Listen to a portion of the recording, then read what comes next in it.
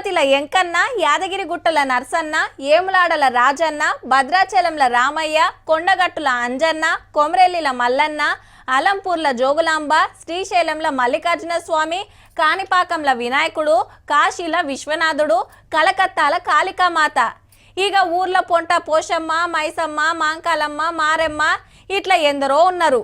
కానీ గుడి అంటే ఉంటే దేవుడన్ను ఉండాలి, లేదంటే దేవతన్ను ఉండాలి, అంతే కదా. మరి గిడ చూడుండ్రి, మంచిగా దండం పెట్టుకోర్రి.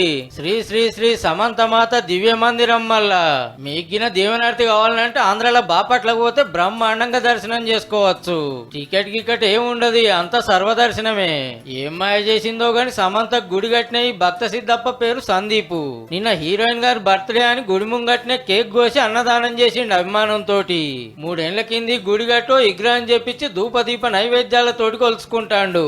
యాక్టర్ అమ్మ గుడి ఎందుకన్నా అని అడిగితే సమంత గారు చేసే మంచి పేదలకు చేసే సహాయాలన్నీ నాకు నచ్చి నేను ప్రతి సంవత్సరం ఇట్లా చేస్తాను. సమంత యాక్టింగే కాదు, సాయం చేసే గుణం నచ్చి గుడి కట్టిండట.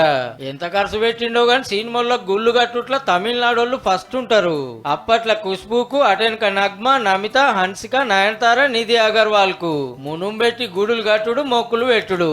అన్ని మేడాలకేనా అనే మాట రాకుండా రజనీకాంత్ టెంపుల్ కూడా ఉందో కాడ. మీ అభిమానం సర్లగుండా హీరోలు హీరోయిన్లకు గుడులు కడితే ఏమొస్తుంది అన్నలు. వాళ్ళు పైసలు తీసుకొని ఏషం అంటే ఆ ఏషం కట్టే ఎగురుతారు గంతే.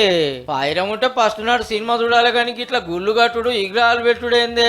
గట్లనే నీకేదన్నా ఆపతొస్తే ఇంట్లో ఏ దేవుడు రాడు, ఏ దేవత రాదు.